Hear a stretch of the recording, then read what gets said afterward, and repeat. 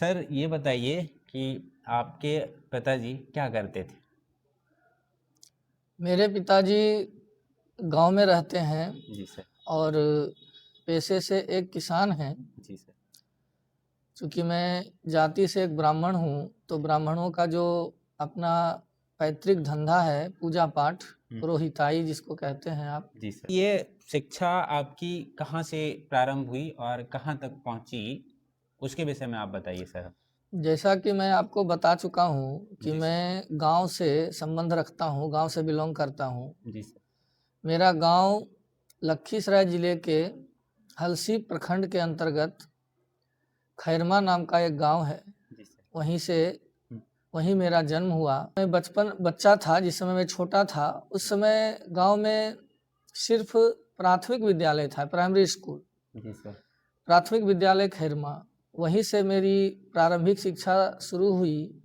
और ये सर जो उपन्यास में दिलचस्पी जगने लगी और खरीदने की बात, ये कब की बात है कि कौन सी कक्षा में? हाँ, मैं इंटर करीब करीब 2009 की बात है। तो उस दरमियान मुझे लगा कि मैं जो कहानी लिखा हूँ ना, उसको हम बम्बई जाएंगे और जा कर के उस पर फिल्म बनवाने का कोशिश करेंगे। किसी डायरेक्टर से मिलेंगे और बोलेंगे कि मैं स्क्रिप्ट लिखता हूँ, आप मेरे कहानी को देखिए, अगर इस पर इच्छा हो तो फिल्म बनाइए। मेरे दो तो ये सपने जो आपके मन में चले, ये किसी को बताए थे या अकेले ही नहीं मतलब नहीं, जब ये मेरा दोस्त था उसमें, वो मुझे पटना जंक्शन तक छोड़ने के लिए गया था। तो दोस्त को सिर्फ बताए थे? हाँ, दोस्त लोग को। तो पैसे कहाँ से इकट्ठा किए थे उस सर समय मुंबई पैसा जाने के लिए? पैसा मेरे पास था। देखिए, हम आपको समझाते हैं। अच्छा, आप पूरा क्योंकि करना हाँ, शुरू कर। संस्कृत मेरा बचपन से ही मजबूत था। मैं 5वीं कक्षा में ही था, 6ठी कक्षा में, उस समय से ही मैं दुर्गा पाठ कराता था। अरे वाह! दुर्गा सप्तशती जब कराता था तो 500 रुपया उसमें करीब करीब मिल जाता था हमको। अच्छा, अच्छा।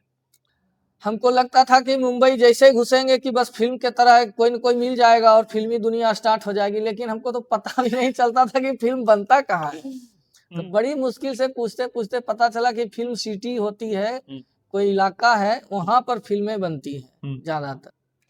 फिर वहाँ जब सब लोग शूटिंग समाप्त करके चले गए तो मैं एक बुजुर्ग व्यक्ति से मिला। बोला, सर हम बिहार से आए हैं, हम कहानी लिखते हैं, हम भी चाहते हैं कि मेरी मेरा भी कहानी छापे। पर फिल्म बने।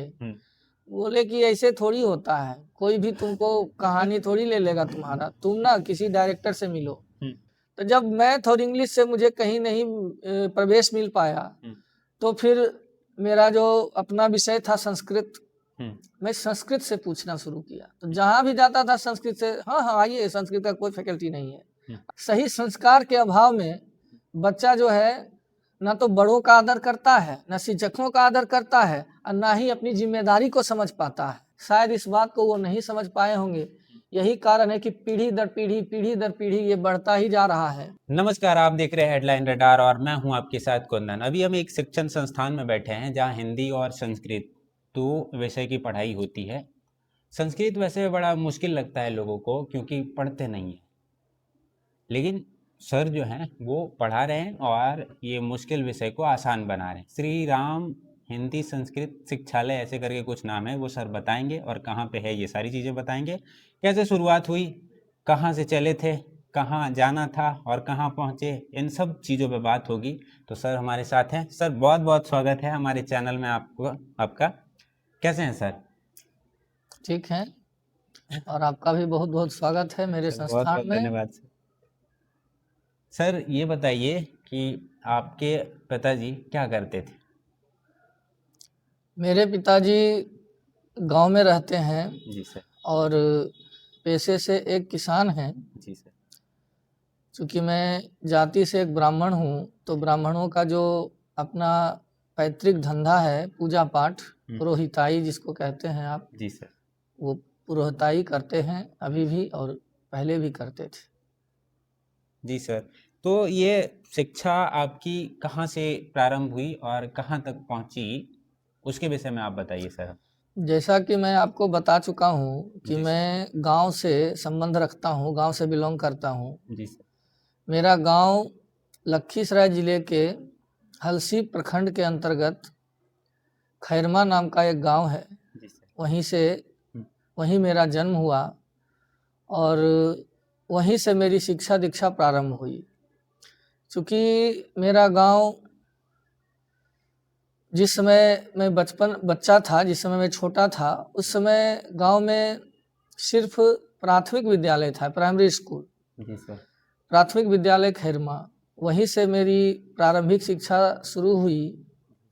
और सरकारी शिक्षण व्यवस्था की स्थिति आप जानते ही हैं। सरकारी स्कूल केवल एडमिशन कराने के लिए ही रह गया है। उस समय तो और भी बदतर स्थिति थी, रेगुलर क्लास भी नहीं होता था। तो मेरा एडमिशन तो मेरे गांव के विद्यालय में था, परंतु मेरी जो शिक्षा दीक्षा हुई वो प्राइवेट स्कूल में हुई। गांव में मुझे अब भी याद है कि गांव में उस समय एक प्राइवेट स्कूल खोले थे, अनुज सर नाम था, काकन के थे। जी सर। और सुभाष सर उनके मित्र थे, और एक राजेंद्र सर थे। तीनों मिल करके हमारे गांव में एक विद्यालय खोले थे, स्कूल खोले थे। वहीं से मेरी प्रारंभिक शिक्षा शुरू हुई। ये सीबीएसई से था सर? जी नहीं, बिहार बोर्ड से था। जी सर। गांव में सीबीएसई बोर्ड थोड़ी बड़ी चीज होती है। उस समय गांव के लोग सीबीएसई बोर्ड में नहीं पढ़ते थे, अधिकांश विद्यार्थी। जी। और चूंकि मैं एक गरीब परिवार से रहा हूं, तो सीबीएसई बोर्ड की तो कोई संभावना ही नहीं व्यक्त होती है। गांव में ही ग्रामीण परिवेश में पढ़ाई लिखाई हुई। मैं बचपन से ही पढ़ाई में हमको बड़ा मन लगता था, पढ़ने में बहुत अच्छा लगता था, और काफ़ी मेहनत भी मैं करता था। मुझे पूरी तरह से याद है कि जब मैं प्रथम कक्षा में था, पहला या नर्सरी में होऊंगा, उस समय मुझे बहुत कुछ आता था जी। पूरा ककहरा, अंग्रेजी, हिंदी, ABCD, क ख अकर का, जोड़ घटाव गुना भाग, मतलब इतना मैं जानता था पहली कक्षा में कि सर जी को जब लिख के दिखाए तो सर जी को लगा कि ये लड़का ना पहली कक्षा के लायक नहीं है, इसलिए बिना परीक्षा के ही हमको दूसरी कक्षा में भेज दिए कि तुम दूसरा से पढ़ना शुरू करो जी। और उसके बाद मैं बिना परीक्षा के ही दूसरी कक्षा में चला गया। अच्छा। दूसरी कक्षा में मैं पढ़ाई करता रहा। वहाँ उस समय बाल भारती नाम की एक पुस्तक आती थी, एक ही बुक चलता था। गार्जियन उसको खरीद के दिए आधा कीमत में किसी दूसरे व्यक्ति जो कि हमसे सीनियर थे हमसे, वो तीसरी कक्षा में चले गए होंगे, तो उसका किताब हमको मिल गया था 70 पैसा में। मुझे यहाँ तक याद है कि 50 पैसा 70 पैसा, ऐसे 1.5 रुपया दाम था किताब का, तो उसका आधा होता था 75 पैसा, लेकिन वो 5 पैसा माफ कर दिए थे। 70 पैसा में वो किताब हमको मिला था खरीद के। उस किताब को हम इतना मन लगा के पढ़े थे कि पूरा बुक याद कर लिए थे, पूरा कहीं से भी, वही एक ही किताब थी, उसको पूरा याद था हमको। तो इस तरह से दूसरी कक्षा की पढ़ाई हुई। और दूसरी कक्षा की जब पढ़ाई हो रही थी, कितने साल के थे सर आप? ये तो मुझे याद नहीं कि हम उस समय कितना साल का था, ये बिल्कुल याद नहीं है। बस जो याद है वो बताए। फिर हम तीसरी कक्षा में, फिर किसी कारण बस क्या हुआ कि दूसरा, जब मैं तीसरी कक्षा में जाने वाला था, उतना तो बेहतर से याद नहीं है कि तीसरी या चौथी कक्षा का समय था कि फिर वो स्कूल किसी कारण बस बंद हो गया। सर जी के ऊपर कुछ मुकदमा वगैरह हो गया, उनका गांव से संबंधित समस्या थी, जिसके वजह से स्कूल ही बंद हो गया। अच्छा। उस प्राइवेट स्कूल को बंद हो जाने के वजह से हमारी शिक्षा फिर थोड़ी बाधित हो गई। अच्छा। मैं ढंग से पढ़ नहीं सका, लेकिन एडमिशन तो था मेरा उसमें। उसके पश्चात हम चले गए बहरामा, हमारे बगल का एक गांव है बहरामा, जहाँ की लछुआड़ से आगे जो है, नहीं, लछुआड़ से पहले ही हलसी ब्लॉक में ही पड़ता है। अच्छा। बहरामा में मध्य विद्यालय भी था, उसको मध्य विद्यालय तक का दर्जा था। उसमें हम बहुत दिनों तक पढ़े, उसमें नामांकन करवाए। लेकिन मध्य विद्यालय में मैंने जैसा आपको पहले ही कहा कि सिर्फ एडमिशन ही करवाते थे लोग, उसमें पढ़ाई बहुत ही कम होती थी, नहीं के बराबर नगण्य पढ़ाई होती थी। तो जब मैं चौथी कक्षा में था, तो एडमिशन तो मेरा बहरामा में था, लेकिन उस दरमियान हमारे गांव में फिर एक और स्कूल खुला। एक स्कूल खोले थे, तिलकपुर से एक सर आए थे जिनका नाम था भुवनेश्वर सर। अच्छा। उन्होंने गांव में एक स्कूल खोला और वो बच्चों को पढ़ाते थे, ट्यूशन भी पढ़ाते थे, स्कूल भी पढ़ाते थे दोनों। मेरे बड़े भाई एक छोटी सी दुकान देते थे। उस दुकान में उस समय ना पढ़ने के लिए बिजली, तो गांव में बिजली वगैरह थी ही नहीं, लालटेन से लोग पढ़ा करते थे, दिया जला के पढ़ा करते थे। तो मेरे दुकान में लालटेन का शीशा मिलता था। अच्छा। तो सर जी ने अपने विद्यार्थी को भेजा कि लालटेन का शीशा जाके लेके आओ। तो उनका छात्र आया, एक लालटेन का शीशा लिया और जाके सर जी को देने गया। मुझे बोला कि चलो पैसा घर पर देते हैं, तो मैं उसके साथ चला गया शीशा का पैसा लेने के लिए। तो शाम का समय था, उस समय सर जी पढ़ाने ही वाले थे। तो उन्होंने देखा कि छोटा सा बच्चा आया है पैसा लेने के लिए, तो उन्होंने हमसे सवाल किया कि तुम पढ़ते हो? हम बोले कि नहीं, हम नहीं पढ़ते। ये जो बात करे सर, ये कौन सी कक्षा की हाँ, बात है? मैं चौथी कक्षा में था। अच्छा, चौथी कक्षा में थे। ठीक। पढ़ते हो? हम बोले नहीं, पढ़ते नहीं। क्यों नहीं पढ़ते हो? बोले कि हम गरीब आदमी हैं, हम कहाँ से पढ़ पाएंगे, सरकारी स्कूल में नाम है लेकिन पढ़ते वगैरह नहीं। तो सर जी बोले कि अगर तुमको पढ़ाई की व्यवस्था हो जाए तो तुम पढ़ना चाहोगे? बोले कि हाँ, क्यों नहीं पढ़ना चाहेंगे। तो ठीक है, तुम मेरे यहाँ आओ, हम तुमको फ्री में पढ़ाएंगे, पैसा नहीं लेंगे। ये सर का नाम क्या था sir? Bhubaneswar sir. Bhubaneswar sir Tilakpur से थे, मुझे पूरी तरह से याद है। अभी भी सर जी को जॉब है, शिक्षक में नौकरी लग गया है, जमुई में पढ़ाते हैं। अच्छा। तो 1-2 साल पहले उनसे बात भी हुई थी मेरी। अच्छा। तो जमुई में अभी पोस्टेड हैं, पढ़ाते हैं। तो फिर उन्होंने कहा कि अगर कोई तुमको फ्री में पढ़ाए तो पढ़ना चाहोगे? हम बोले हाँ, लेकिन फ्री में शिक्षा नहीं लेना चाहिए। बचपन की बुद्धि थी, सर से ऐसा सवाल बोले। तो फिर सर तो सर ही थे, उन्होंने मेरे इस लॉजिक का जवाब दिया और उन्होंने उदाहरण दिया कि मोरध्वज जो थे ना, वो फ्री में शिक्षा लिए थे। ऐसी बात नहीं है कि फ्री में शिक्षा नहीं लेनी चाहिए। सो तुम ऐसा करो, तुम कल से आओ पढ़ने के लिए। और उसके बाद जो वहाँ छात्र थे मौजूद, जो पढ़ते थे सर के यहाँ ऑलरेडी पहले से, उन्होंने कहा कि सर ये गाना भी बहुत अच्छा गाता है। अच्छा। तो चूंकि हमारे पिताजी भी गाते थे, मेरा फैमिली थोड़ा पूजा पाठ, संस्कृत, संगीत, साहित्य, इन सभी विषयों में काफ़ी रुचि रखता है। हम लोग शिक्षा, संगीत, साहित्य ये सब की बहुत कदर करते हैं। तो वो गॉड गिफ्टेड था मेरे अंदर कि हम बचपन से ही गाना गाते थे। गाना गाने के लिए आता था, राग था, सुर था मेरे पास। तो सर ने गाना भी हमसे सुना, तो मैंने गाना उनको सुनाया। तो कौन सर सा गाना था सर?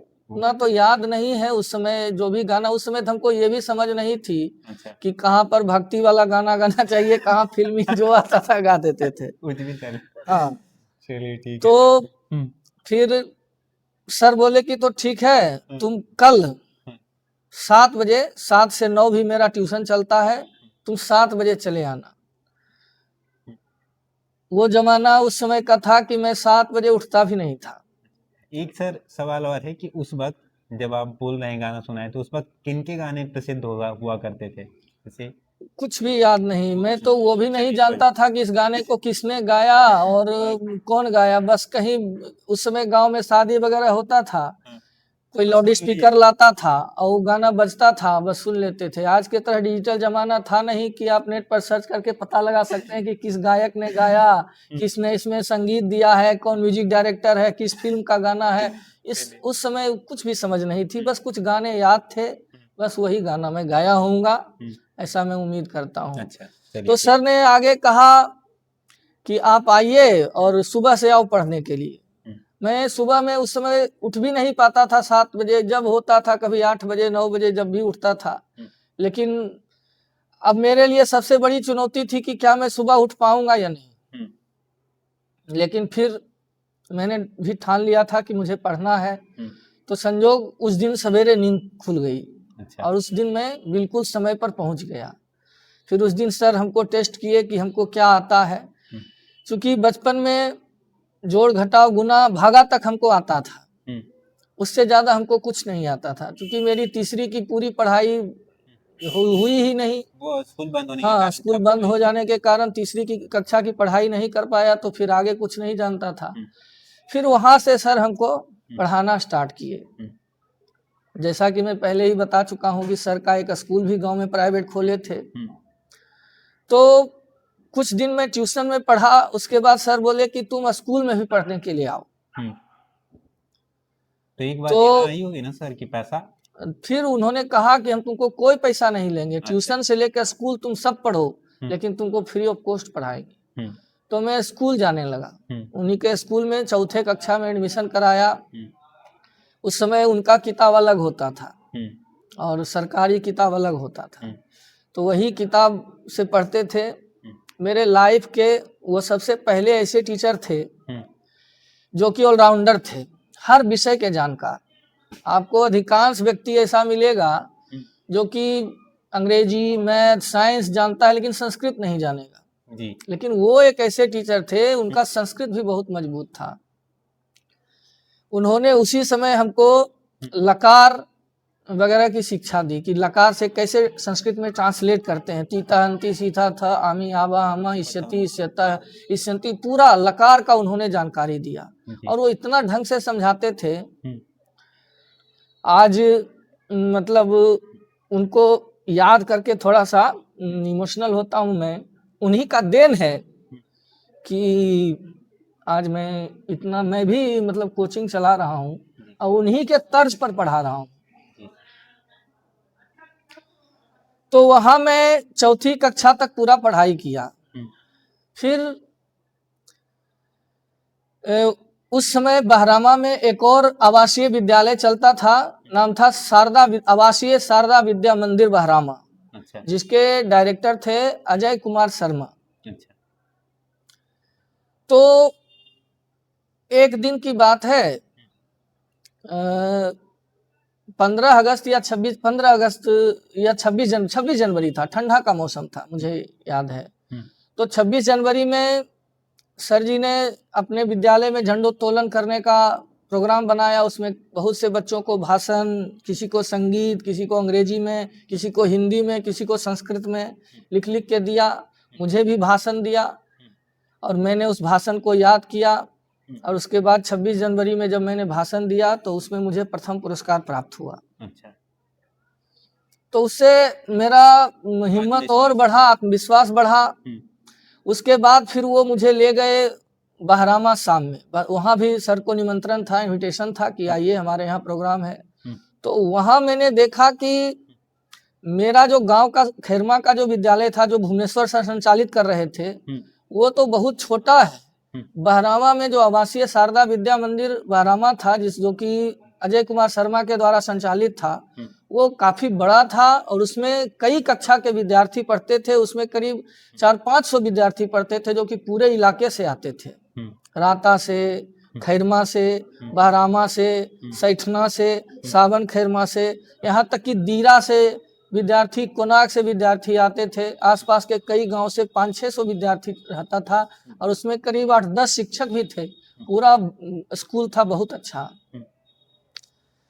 तो फिर पहली बार हम देखे कि उस ढंग की व्यवस्था, उसमें मैं प्रोग्राम में जब गया तो वहाँ मैंने भाषण सुना, तो वहाँ बहुत से 6-7 बच्चे संस्कृत में भाषण दे रहे हैं, 8-10 बच्चे इंग्लिश में भाषण दे रहे हैं और हिंदी में दे रहे हैं, कोई संगीत में पार्टिसिपेट कर रहा है, कोई चुटकुला सुना रहा है, बहुत तरह का। वो विद्यालय था जो कि नेतरहाट, सैनिक वगैरह वगैरह जो प्रतियोगी परीक्षाएं हैं उसकी भी तैयारी करवाता था। लेकिन चलती थी हिंदी माध्यम में ही? हाँ, हिंदी माध्यम में ही चलती थी और सभी विषयों की पढ़ाई होती थी। सबके अलग अलग शिक्षक थे। अच्छा। बाकी हमारे गांव में तो भुवनेश्वर सर ऑलराउंडर थे, एक ही शिक्षक थे, एक और भी शिक्षक थे शंकर सर, दोनों मिलकर के पढ़ाते थे।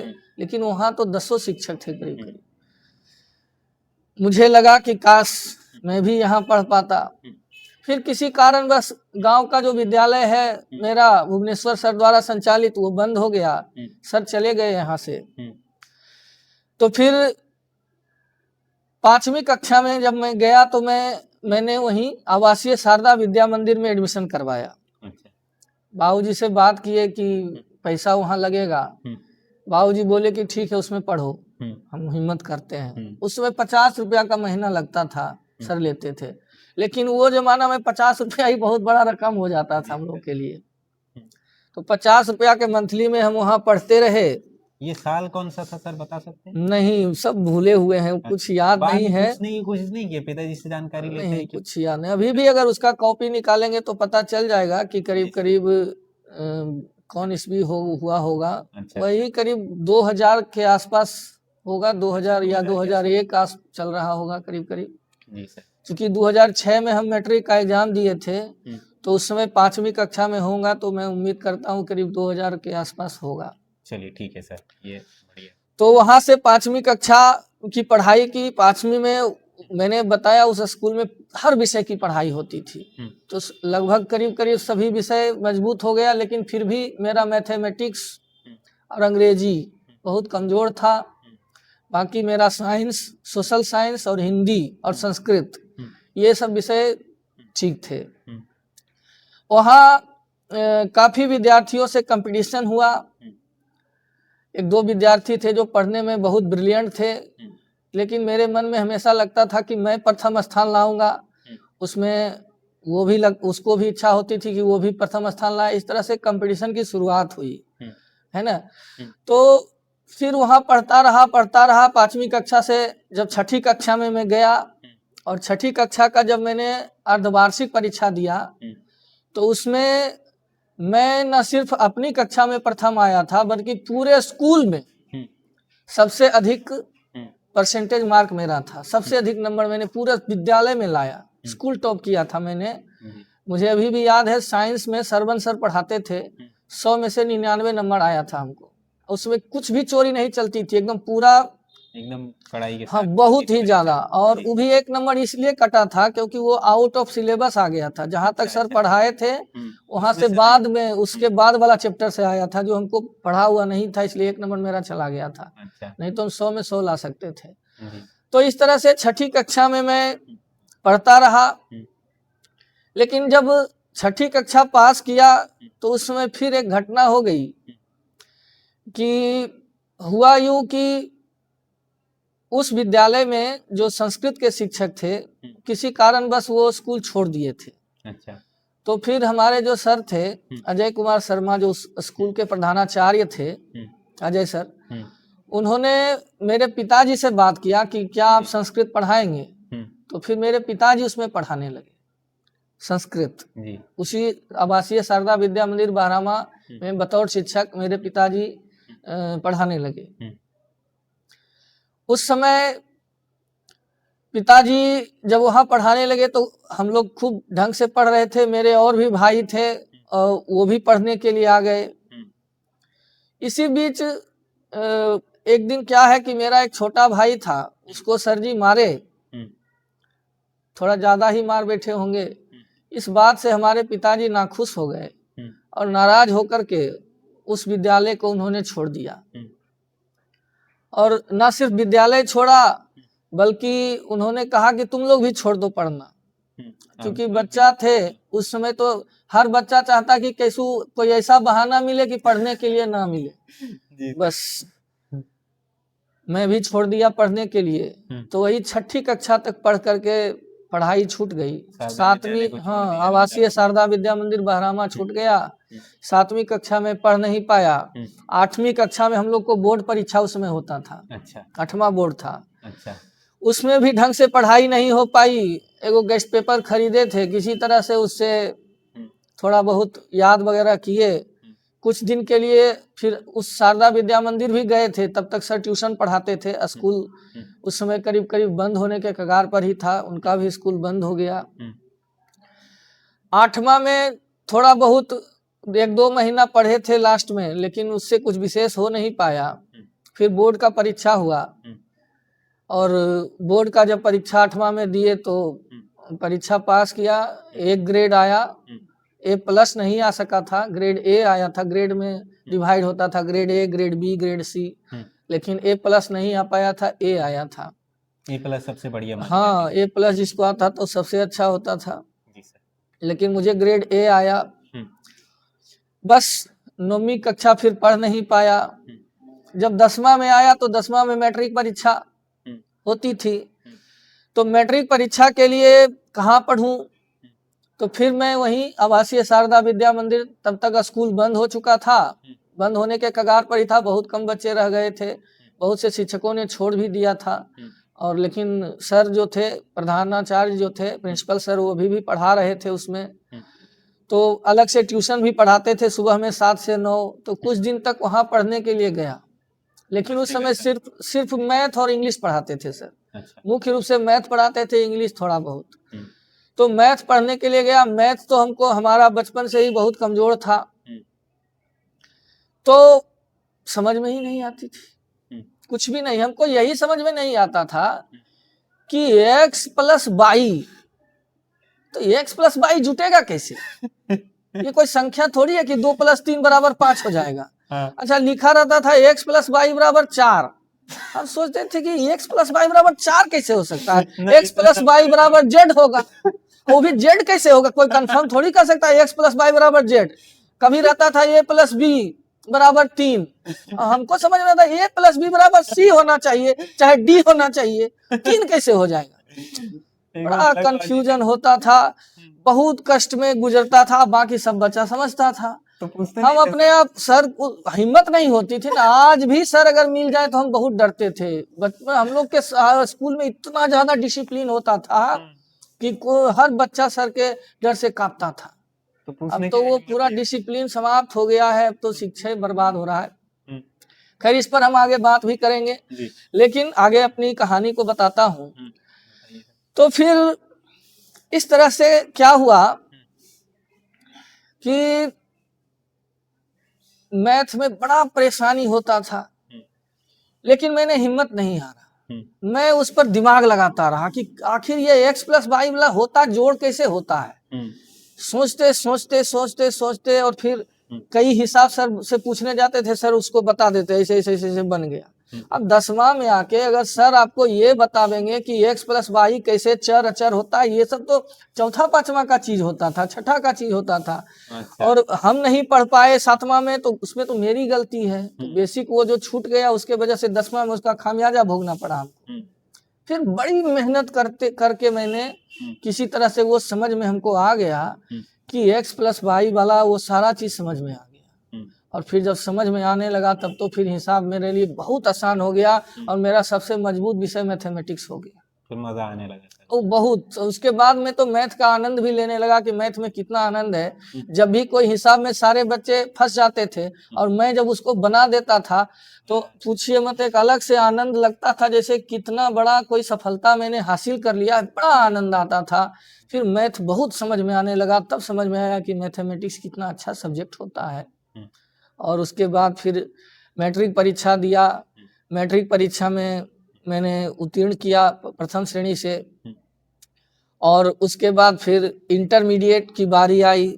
इंटरमीडिएट में मैं बाढ़ से ANS कॉलेज बाढ़ में एडमिशन करवाया। अभी भी चलती है वो सर? हाँ, वो सरकार, वो पूरा कॉलेज है वो, उसमें ग्रेजुएशन तक पढ़ाई या MA तक की हो सकती है, PG तक की पढ़ाई होती होगी।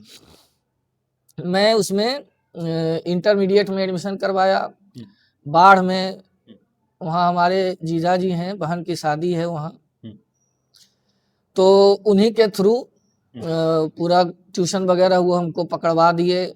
उसके बाद वहाँ एक रूम भी लिए बाढ़ में, और वहीं लेकर के इंटरमीडिएट की तैयारी किए, ट्यूशन पढ़े। वहाँ हर विषय का ट्यूशन पढ़ता था, फिजिक्स का अलग, JD यादव पढ़ाते थे फिजिक्स, केमिस्ट्री कौशल किशोर प्रसाद पढ़ाते थे, मैथमेटिक्स विनय कुमार पढ़ाते थे जो कि बख्तियारपुर से थे, और इंग्लिश अंजनी कुमार पढ़ाते थे। और हिंदी में नहीं पढ़ता था, हिंदी थोड़ा बहुत हम खुद से कर लेते थे। तो 4 सब्जेक्ट का ट्यूशन पढ़ता था, और इस तरह से तैयारी किया। उसमें से सबसे अच्छा विनय सर का मैथ हमको लगता था बहुत अच्छे विद्वान टीचर थे, और उनका जो पढ़ाने का शैली था वो मुझे बहुत समझ में आता था। वहाँ भी इंटर में वाला भी मैथ मुझे खूब समझ में आया, लेकिन फिजिक्स और केमिस्ट्री में उतना मन नहीं लगता था मुझे। सबसे खराब मेरा विषय था केमिस्ट्री, उसमें मैं बहुत कम जानता था, और मैथमेटिक्स में सबसे अच्छा लगता था।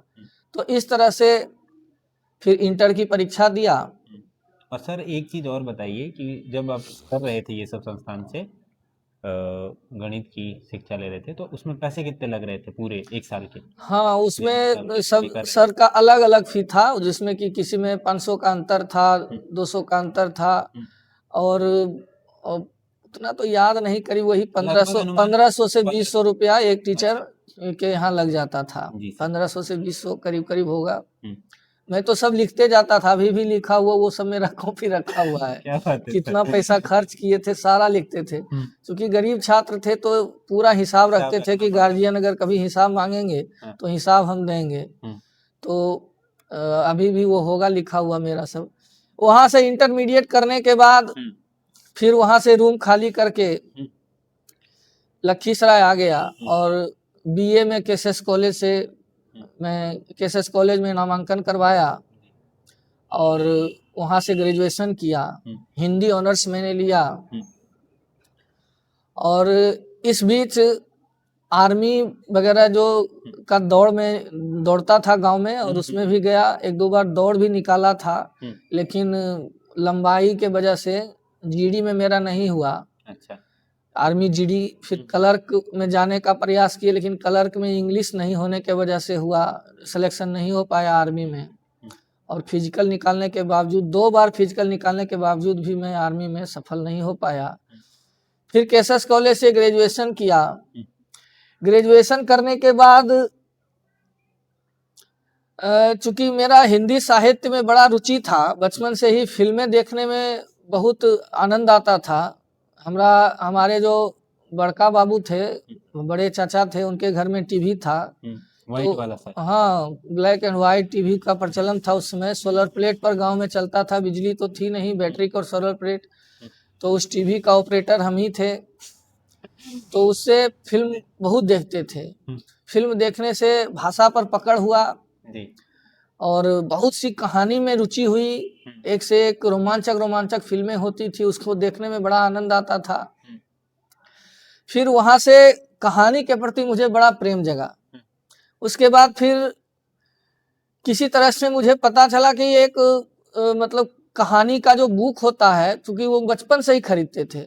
मुझे याद है कि हमारे सभी दोस्त लोग जब मेला जाते थे तो कोई मिठाई खरीद रहा है, कोई खिलौना खरीद रहा, और मैं क्या खरीदता था, कहानी का बुक। 2 किताब से 3 किताब हो जाए, 4 किताब हो जाए तो बड़ा अच्छा। एक्स्ट्रा पैसा लगा के 3-4 कहानी का बुक खरीद लेता था, उस सबको पूरा मन से पढ़ता था, बहुत आनंद आता था कहानी। छोटी छोटी कहानियां होती थी। फिर मैं उपन्यास पढ़ना शुरू कर दिया। उपन्यास में एक वाकया है कि जब मैं बाढ़ से लखीसराय लौट रहा था तो एक पुरानी सी दुकान थी, उसमें पूरा उपन्यास बहुत सा था। दुकानदार के पिताजी वगैरह खोले होंगे, फिर पिताजी शायद उनका देहांत हो गया था, तो बच्चा चलाता था, तो फिर उसको श्रृंगार बना दिया था, श्रृंगार वाला दुकान, लेकिन उसमें पुराना बहुत सा उपन्यास रखा हुआ था। अच्छा। तो हम उसको पूछे कि उपन्यास बेचते हैं क्या? बोला हाँ। कितना बेचते हैं? बोले जितना दाम है उसका आधा हम देंगे।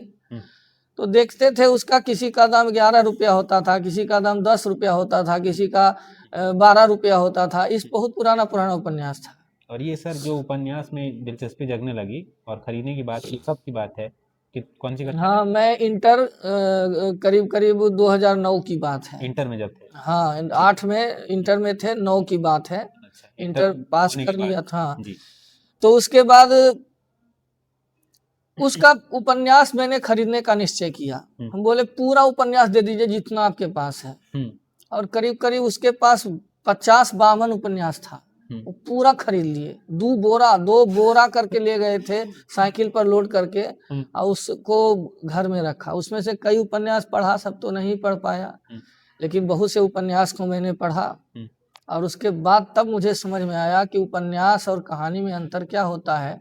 कहानी के प्रति एक से एक रोमांचक कहानी जगी। फिर हम सोचे कि हम भी कहानी लिखेंगे और एक फिल्म टाइप का कहानी हम लिखे भी हैं। और उसके बाद जब मैं ग्रेजुएशन में था तो उस दरमियान मुझे लगा कि मैं जो कहानी लिखा हूँ ना, उसको हम बम्बई जाएंगे और जा कर के उस पर फिल्म बनवाने का कोशिश करेंगे। किसी डायरेक्टर से मिलेंगे और बोलेंगे कि मैं स्क्रिप्ट लिखता हूँ, आप मेरे कहानी को देखिए, अगर इस पर इच्छा हो तो फिल्म बनाइए। तो इसके लिए फिर मैं मुंबई चला गया। उस समय मैं ग्रेजुएशन में एडमिशन करवाया था, शायद पार्ट 1 में होऊंगा मैं। अच्छा। और मुंबई चला गया। मेरे दो तो ये सपने जो आपके मन में चले, ये किसी को बताए थे या अकेले ही? नहीं, मेरा दोस्त था उसमें, वो मुझे पटना जंक्शन तक छोड़ने के लिए गया था। तो दोस्त को सिर्फ बताया? हाँ, दोस्त लोग को। तो पैसे कहाँ से इकट्ठा किए उस समय पैसा मेरे पास था। देखिए, हम आपको समझाते हैं, चूंकि मैं ब्राह्मण हूँ तो थोड़ा बहुत पूजा पाठ करा लेता था। अच्छा, आप पूजा क्योंकि हाँ, संस्कृत मेरा बचपन से ही मजबूत था। मैं 5वीं कक्षा में ही था, 6ठी कक्षा में, उस समय से ही मैं दुर्गा पाठ कराता था। अरे वाह! दुर्गा सप्तशती जब कराता था तो 500 रुपया उसमें करीब करीब मिल जाता था। अच्छा अच्छा। तो 500 या कुछ और कम। तो पूजा पाठ थोड़ा बहुत कराते थे। और ना, जब भी कहीं भोज खाने जाते थे ना, तो उसमें भी पैसा मिलता था। तो पैसा मिलता था तो उसको मैं जमा कर लेता था और इस तरह से पैसा थोड़ा इकट्ठा किए। बाकी फिर माँ होती थी ना, माँ का पैसा चोरी कर लेते थे और इस तरह से कुछ पैसा इकट्ठा करके और फिर बम्बई चले गए। मुंबई गए तो हमको लगा कि जैसे फिल्मों में देखते हैं कि जाएंगे, बस रास्ता अपने आप आसान होता जाएगा, फिर धीरे धीरे मैं राइटर बन जाऊंगा, हीरो बन जाऊंगा। लेकिन ये सिर्फ कल्पना की बात है, हकीकत कुछ अलग ही होती है। वहाँ जाने के बाद समझ में आया कि दुनिया जो है में सफलता प्राप्त करना बहुत मुश्किल है और फिल्मी दुनिया में घुस पाना बहुत मुश्किल है। वहाँ करीब 1 सप्ताह तक मैं भटकता रहा। हमको लगता था कि मुंबई जैसे घुसेंगे कि बस फिल्म के तरह कोई न कोई मिल जाएगा और फिल्मी दुनिया स्टार्ट हो जाएगी। लेकिन हमको तो पता भी नहीं चलता था कि फिल्म बनता कहाँ है।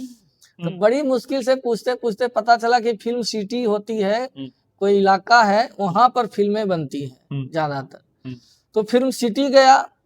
फिल्म सिटी में घुसने नहीं देता था, गार्ड रोक देता था। फिर चोरी छुपे किसी तरह से घुस गए। वहाँ एक सीरियल का शूटिंग भी देखे, सीआईडी का। सीआईडी के जो हीरो हैं उनको मैंने लाइव देखा था शूटिंग करते हुए। एसीपी? हाँ, एसीपी का जो रोल, प्रद्युम्न क्या नाम है उनका, नाम शायद ऐसे कुछ भी प्रचार में देते हैं, तेल का प्रचार भी करते हैं। फिर वहाँ जब सब लोग शूटिंग समाप्त करके चले गए तो मैं एक बुजुर्ग व्यक्ति से मिला। बोला, सर हम बिहार से आए हैं, हम कहानी लिखते हैं, हम भी चाहते हैं कि मेरी कहानी पर फिल्म बने। बोले कि ऐसे थोड़ी होता है, कोई भी तुमको कहानी थोड़ी ले लेगा तुम्हारा, तुम ना किसी डायरेक्टर से मिलो। बोले, डायरेक्टर कहाँ मिलेंगे? बोले, उस एरिया में जाओ, वहाँ डायरेक्टर बहुत से होते हैं।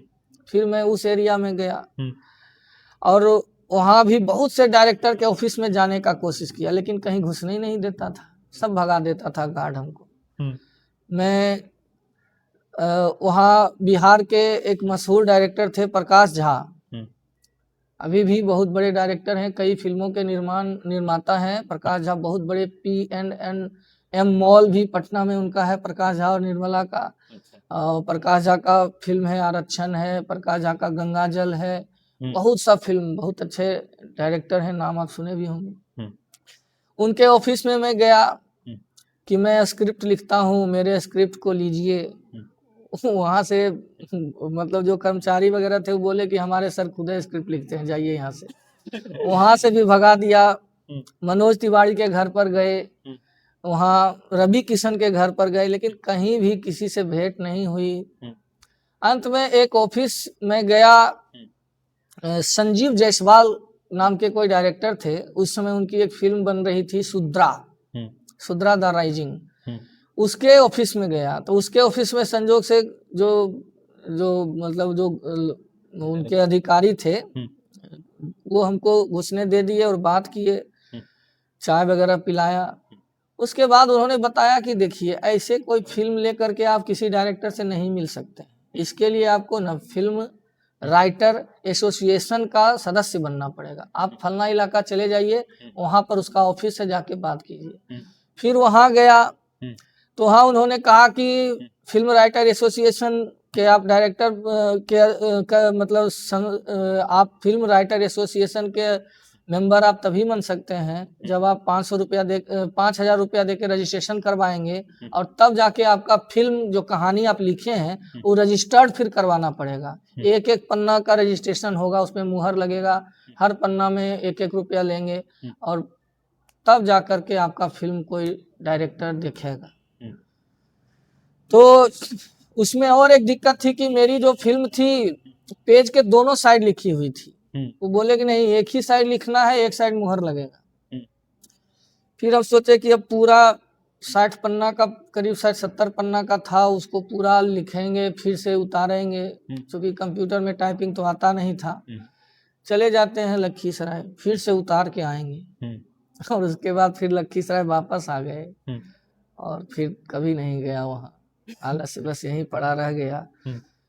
धीरे धीरे ग्रेजुएशन इसी तरह से कंप्लीट हो गया। पढ़ाई तो होती नहीं थी केसेस कॉलेज में, बहुत ही कम, सिर्फ अटेंडेंस के लिए कभी कभी जाता था, और वहाँ से ग्रेजुएशन पास किया। फिर पीजी करना चाह रहा था, तो उसके लिए तिलका मांझी भागलपुर विश्वविद्यालय में पीजी में नामांकन करवाया। और चूंकि मैं जिस समय इंटर में था लखीसराय आया, उसी समय से लखीसराय में ट्यूशन पढ़ाना शुरू कर दिया था। अच्छा। तो इस तरह से मेरी शिक्षा दीक्षा हुई। अच्छा, तो ये जो शुरू किए सर, ये तो फिर कभी लगा नहीं कि जाए फिर मुंबई, अब तो पैसे आ गए हैं? हाँ, कभी किस्मत भी आ गई है नहीं, तो कभी ऐसा नहीं लगा। इसका कारण था कि ट्यूशन में जब मैं कोचिंग फील्ड में आ गया ना, तो इसी में मैं लीन हो गया, और इसी में अभी तक हूँ। जिम्मेवारी भी बन गई होगी। हाँ, बच्चों को छोड़ जिम्मेदारी, कैसे सकते, उधर जाएंगे तो वक्त भी लग जाएगा। बिल्कुल बिल्कुल। जी, तो शुरुआत किए थे तो कितने बच्चे आ रहे थे सर? शुरुआत में, चूंकि मैं पहले ही बता चुका हूँ, मैं एक गरीब फैमिली से हूँ।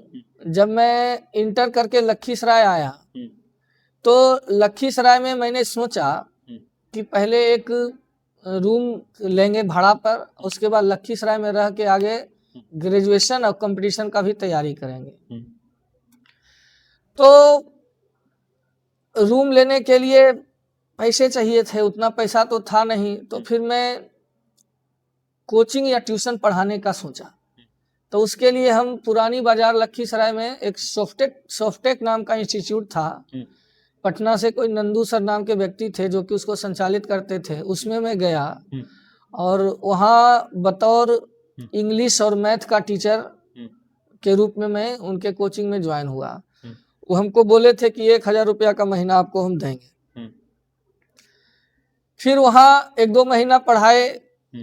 फिर सर बोले कि मेरा ना एक स्कूल भी चलता है, और मेरा जो आवासीय स्कूल भी है, उसमें आप रहिए, हम आपको 1,000 रुपया और देंगे, बस खाली शाम में हमारे बच्चों को 2 घंटा पढ़ाना पड़ेगा, भोजन भी देंगे, रहने भी देंगे, और 1,000 और ऊपर से देंगे। सोचे कि वाह, 2,000 रुपया भी मिल जाएगा, रहना खाना सब हो जाएगा, बड़ी बढ़िया। हम उनके आवासीय जो में ज्वाइन हो गए। लेकिन 2-3 महीना वहाँ पढ़ाए, लेकिन वो पैसे ही नहीं दिए, 1 भी रुपया नहीं दिए। सब पैसा रख लिए। उस सभी शिक्षकों के साथ ऐसा ही करते थे, बहुत लोग उनसे नाराज थे, इसीलिए धीरे धीरे उनका संस्थान डूब गया, और फिर मैं भी पढ़ाना छोड़ दिया। उसके बाद फिर मैं नया बाजार आ गया। नया बाजार में जब मैं ट्यूशन खोजने के लिए गया, तो ट्यूशन में कोई रखता ही नहीं था। मैथ इंग्लिश सब बोलता था यही कि मैथ इंग्लिश का फैकल्टी मेरे पास ऑलरेडी है, मेरे पास ऑलरेडी है। 2-3 कोचिंग ट्राई किया, सबके पास ऑलरेडी मैथ और साइंस, मैथ और इंग्लिश का टीचर था ही। और आप जो ये पढ़ा रहे थे उस वक्त, तो हम आ रहे हैं, हाँ, पहले मैथ और इंग्लिश पढ़ाते थे। अच्छा, चलिए ठीक है, पुरानी बाजार में। उसके बाद जब मैं नया बाजार आया, तो कोई नहीं कोचिंग हमको उससे रख रहा था। मैथ और इंग्लिश मेन विषय होता है, उसके ऑलरेडी फैकल्टी उनके पास थे। तो जब मैथ और इंग्लिश से मुझे कहीं नहीं प्रवेश मिल पाया, तो फिर मेरा जो अपना विषय था संस्कृत, मैं संस्कृत से पूछना शुरू किया। तो जहां भी जाता था संस्कृत से, हाँ हाँ आइए, संस्कृत का कोई फैकल्टी नहीं है, आइए संस्कृत में पढ़ा सकते हैं। तो फिर गेंदी शाह जो कि कवैया रोड में है, जीएस कोचिंग बोलते थे, वहाँ मैं बतौर हिंदी और संस्कृत का शिक्षक के रूप में संस्थान में कोचिंग में पढ़ाने लगा।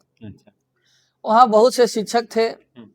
करीब करीब 2009 की बात है, मैं जीएस कोचिंग में हिंदी और संस्कृत पढ़ाने लगा। एक सवाल और है सर कि उस समय जो कोचिंग चलती थी सारे विषय की पढ़ाई हुआ। हाँ, उस समय इसलिए आप जब गए तो बोले कि गणित और मतलब ये जो इंग्लिश और मैथ उसकी पढ़ाई करवाएंगे, तो बोले कि नहीं उसका है, हाँ, ये नहीं है, तो यहाँ आप कर लीजिए। तो वही बच्चों को आप संस्कृत पढ़ाने लगे। उनके पास 7वां 8वां 9वां 10वां 4 कक्षा का चलता था जी। वो बहुत विद्यार्थी था उसके पास। मैं जब उस समय, हाँ, उसके पास लगभग 500-600 विद्यार्थी। 10वां का उनके पास दो बैच चलता था, गर्ल्स का अलग और बॉयज का अलग। 9वां का फिर वैसे ही बॉयज का अलग, गर्ल्स का अलग, और 8वां में दोनों था, गर्ल्स बॉयज, और 7वां में भी दोनों था, गर्ल्स बॉयज। तो इस तरह से कई कक्षाएं थी, उसमें संस्कृत हिंदी पढ़ाता रहा। वहाँ बहुत से शिक्षक पढ़ाते थे। उसमें से एक शिक्षक थे घनश्याम सर, जो कि वहाँ आर्ट्स पढ़ाते थे। बाकी और भी शिक्षक थे।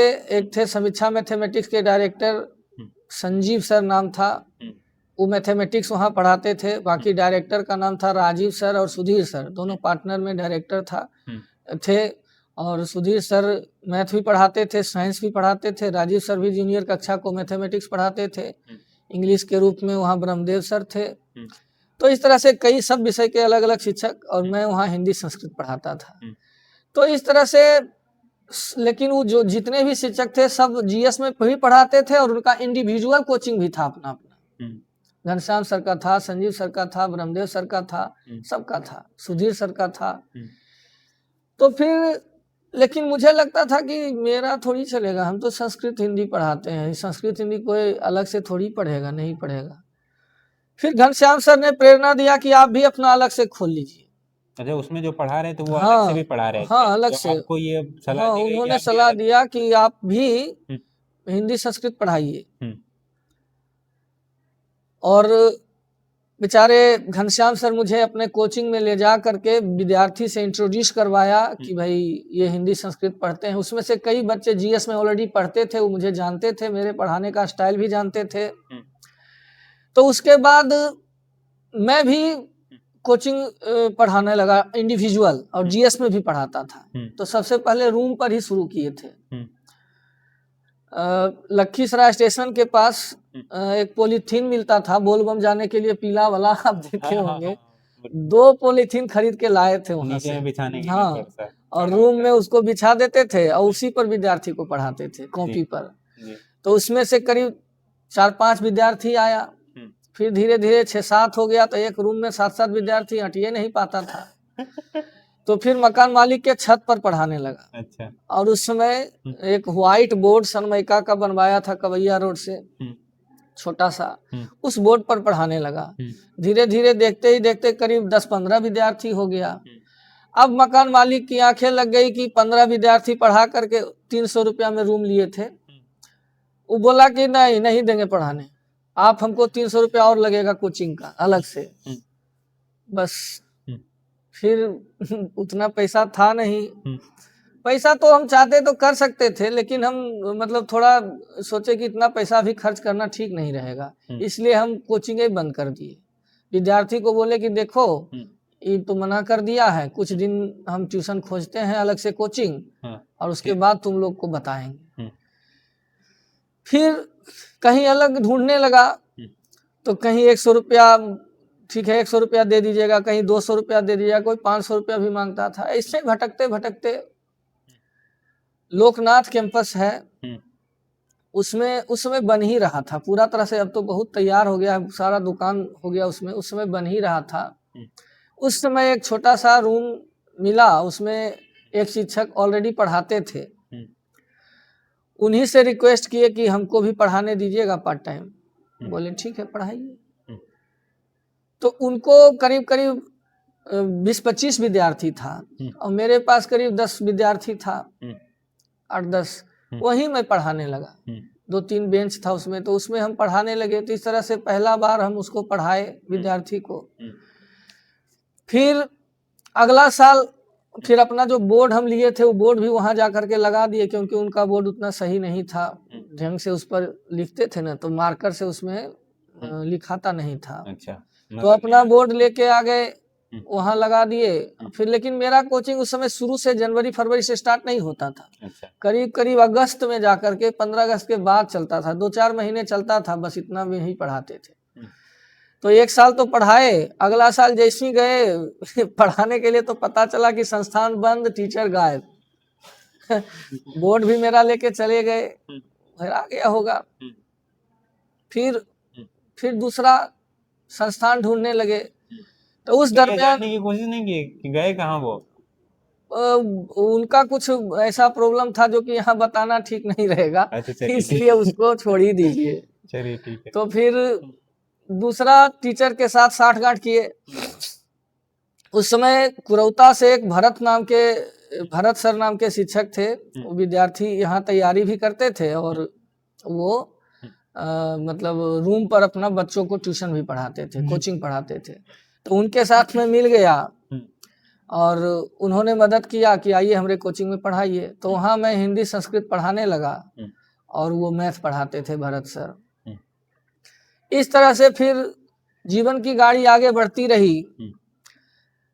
कुछ ही दिनों के बाद फिर धीरे धीरे 1-8 साल पढ़ाए, भरत सर का कोचिंग डाउन हो गया। भरत सर भी कुछ दिन के बाद जीएस में पढ़ाते थे, उनका कोचिंग डाउन हो गया बेचारे का, और नहीं के बराबर बच्चे आने लगे। इतना कम बच्चा हो गया कि भाड़ा भी मुश्किल होता था। तो फिर वो छोड़ दिए। तो हमरा लेकिन जम गया था मेरा कोचिंग। उस समय मेरे पास 25-30 विद्यार्थी करीब आ गया था, 35-40 विद्यार्थी तक हो गया था। तो मेरा ठीक था, तो वो चले गए, हम अकेले रह गए। उनके द्वारा 4 बेंच बेचारे हमको दिए थे जो उसमें पढ़ाते थे, वो चारों बेंच छोड़ दिए थे मेरे पास कि लीजिए आप ही पढ़ाइए। तो उनका एक बेंच तो अभी भी निशानी के तौर पर मेरे पास है, बाकी तो फिर कुल लोहा वगैरह का बनवाए। इस तरह से क्रमशः धीरे धीरे पढ़ाते रहे। एक जगह से दूसरे जगह संस्थान भी कई बार बदलना पड़ा, और इस तरह से पढ़ाते पढ़ाते कुछ दिनों के बाद जीएस कोचिंग भी छूट गया। फिर इंडिविजुअल पर ही डिपेंड हो गए और बस पढ़ा ही रहे। चलिए, पढ़ाई वाला तो ये मामला रहा सर।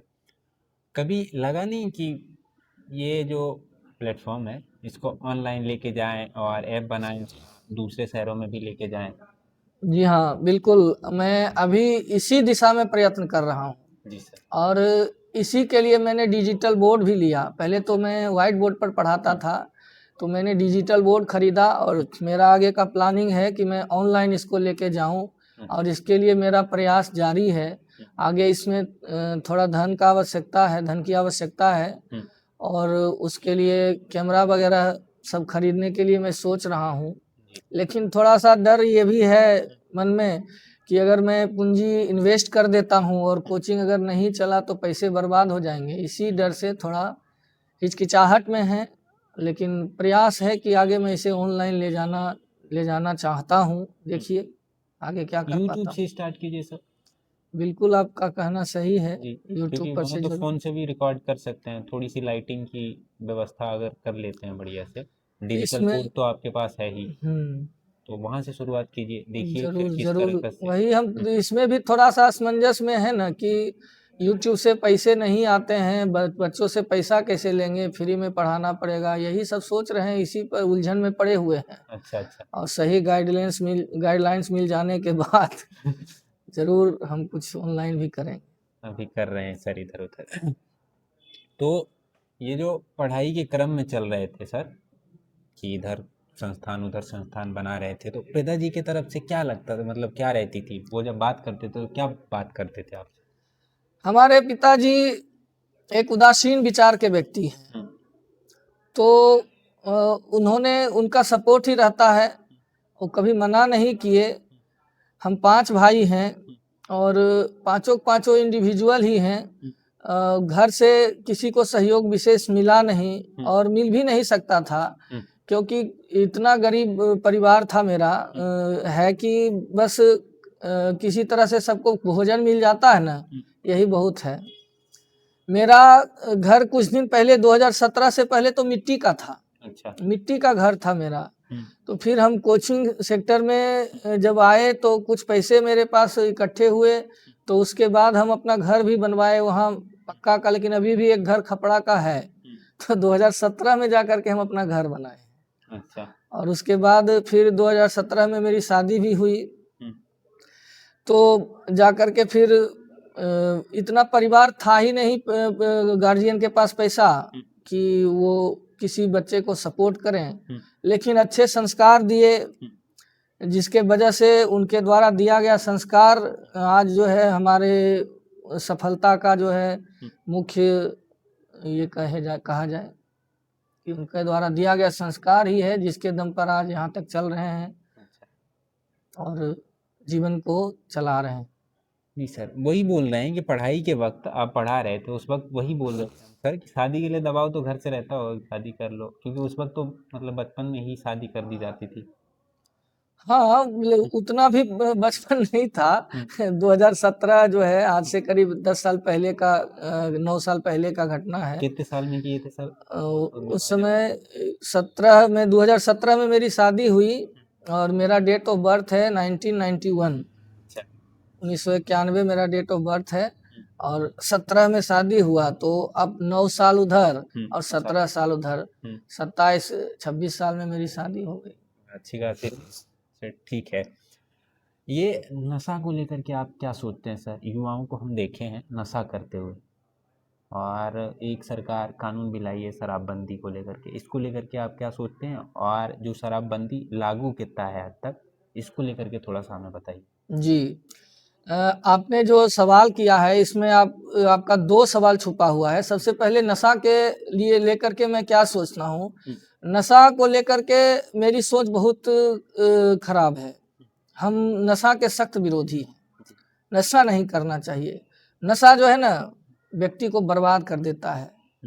नशा एक ऐसा जहर है जो कि आदमी को धीरे धीरे मारता है, और सिर्फ आदमी को ही नहीं मारता है, उसके पूरे परिवार को मार देता है। एक नशा के लत में जो व्यक्ति पड़ जाता है ना, वो सिर्फ अपना ही करियर नहीं बर्बाद करता है, अपने बाल बच्चों का भविष्य भी बर्बाद करता है।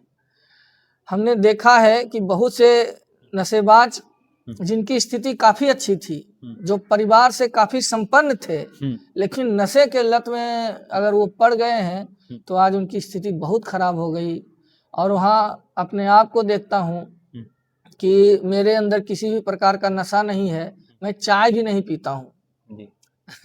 तो नशा जिसके पास नहीं है वो उससे बेहतर स्थिति में है, उससे बेहतर स्थिति में। इसलिए मेरे ख्याल से नशा तो करना ही नहीं चाहिए। आपके सवाल का दूसरा पार्ट कि बिहार में जो सरकार ने शराबबंदी लागू किया है, उस पर मेरी सोच ये है, जैसा कि सर्वविदित है कि बिहार में जो शराबबंदी है वो पूरी तरह से सफल नहीं है जी। और इसके लिए जिम्मेदार सिर्फ सरकार नहीं, हम लोग हैं, पब्लिक, जनता। सरकार की कोई भी योजना तभी सफल होगी जब सरकार को पब्लिक का सपोर्ट मिलेगा जी। अगर पब्लिक ही सुसंस्कृत नहीं हो, पब्लिक ही खराब हो, तो सरकार की औकात नहीं है कि वो कोई भी योजना चला दे। तो नीतीश कुमार बिहार के एक बहुत ही अच्छे मुख्यमंत्री के तौर पर हैं। उन्होंने बिहार को सुधारने का बहुत प्रयास किया। बिहार जिस समय नीतीश कुमार आए थे उस समय बिहार काफी पिछड़ी स्थिति में था, और नीतीश कुमार ने उसको क्रमशः काफी सुधारा, बहुत सुधार किया।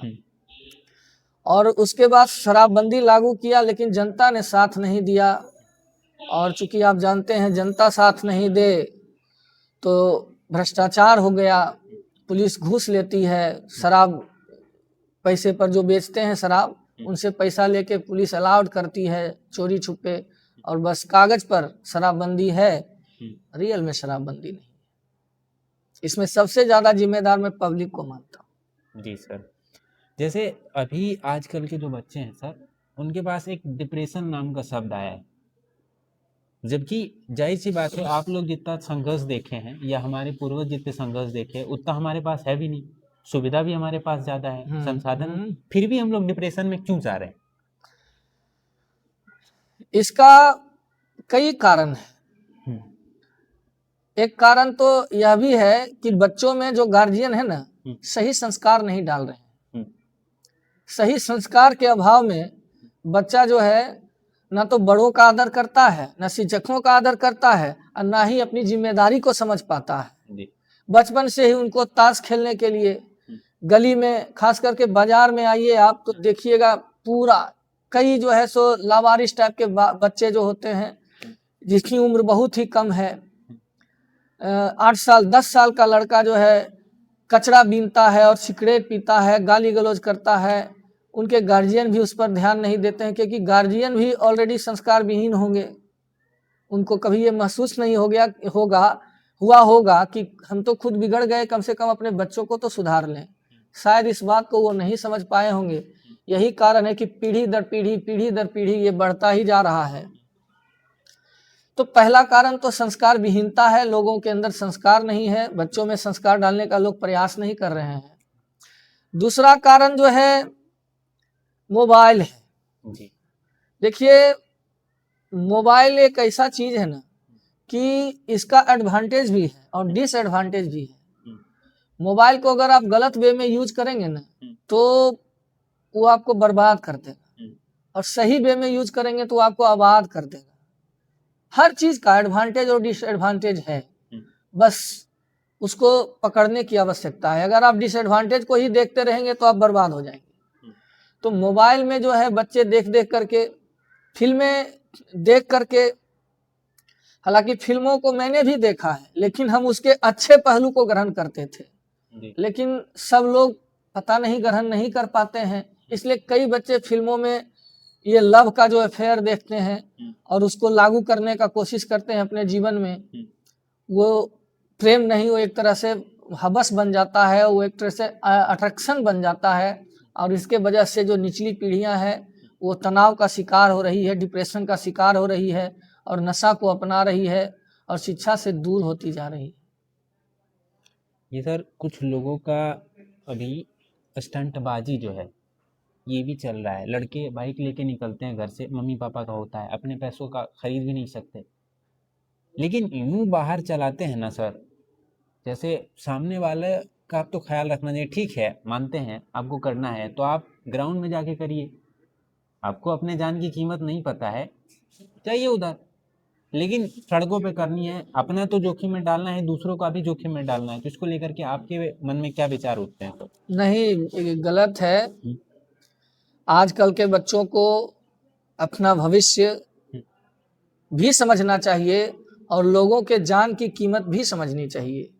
अगर इस तरह से आप लापरवाही से हाई स्पीड में मोटरसाइकिल चलाएंगे तो खुद तो मरेंगे ही, दूसरे को भी आप नुकसान पहुंचा सकते हैं। इसलिए आने वाली पीढ़ी के जो नवयुवक लड़के हैं उनसे दरख्वास्त करना चाहेंगे, उनको प्रेरणा देना चाहेंगे कि स्पीड में बाइक नहीं चलाएं, सदैव हेलमेट का प्रयोग करें, सुरक्षित रहें। आपके जान की कीमत जो है ना अनमोल है, आप अपने परिवार के लिए बहुमूल्य हैं, इसलिए आपका जीवन बहुत ही अनमोल है, इसे बचा करके रखें। मैं आपसे एक छोटा सा सवाल करता हूं कि जैसे मान लीजिए भगवान न करे कोई व्यक्ति बाइक चला रहा है, एक्सीडेंटली उसका पैर टूट जाता है। अब वो कितनों ही पैसा खर्च कर लेगा लेकिन पहले जैसा पैर उसका नहीं हो पाएगा, वो विकलांग ही हो जाता है एक तरह से। और इतना अमीर तो लोग होते नहीं कि अमेरिका में जाकर के ऋषभ पंत के तरह इलाज करवा के फिर से इंडियन टीम में आप वापसी कर लेंगे, उतना तो पैसा है नहीं, तो बर्बाद ही हो जाइएगा। इसलिए भगवान ने जो आपको अंग दिए हैं वो अनमोल है, उसका हिफाजत करें। और अभी तो आपको आपका भविष्य दिखाई नहीं दे रहा है, लेकिन जब आपके ऊपर जिम्मेदारी आएगी ना तो आपको सब समझ में आ जाएगा। इसलिए एक अनुभवी होने के नाते हम आपको ये बात अवश्य बताते हैं, आने वाली पीढ़ी को बताना चाहते हैं कि ऐसा काम नहीं करना चाहिए, गलत है। सर बेरोजगारी बहुत बढ़ा हुआ है, तो क्या है बेरोजगारी, पहले ये बताइए कि बेरोजगारी है क्या? सर, जो लोग जिस काबिल हैं उनको अपने टैलेंट के अनुसार सही रोजगार नहीं मिल पाना, यही है बेरोजगारी। अब कोई व्यक्ति पीएचडी किया हुआ है, पीजी किया हुआ है, और उसको चपरासी की नौकरी मिलती है, तो मेरे नज़र में ये भी एक तरह से बेरोजगारी ही है। बेचारा पीजी किया, आधा जिंदगी पढ़ने में खपत किया, तो उसको कोई ढंग का रोजगार तो मिलना ही चाहिए। लेकिन जनसंख्या इस रफ्तार से बढ़ रही है, रोजगारों की संख्या कम रही है, और चूंकि हमारा स्टेट जो है थोड़ा पिछड़ा राज्य है, इसलिए बेरोजगारी यहाँ बहुत ही ज़्यादा है और लोगों को परवाह भी नहीं है, लोग पढ़ भी नहीं रहे हैं। हम 16 वर्ष से करीब करीब पढ़ा रहे हैं, ये मेरा 17वां साल स्टार्ट किए हैं हम।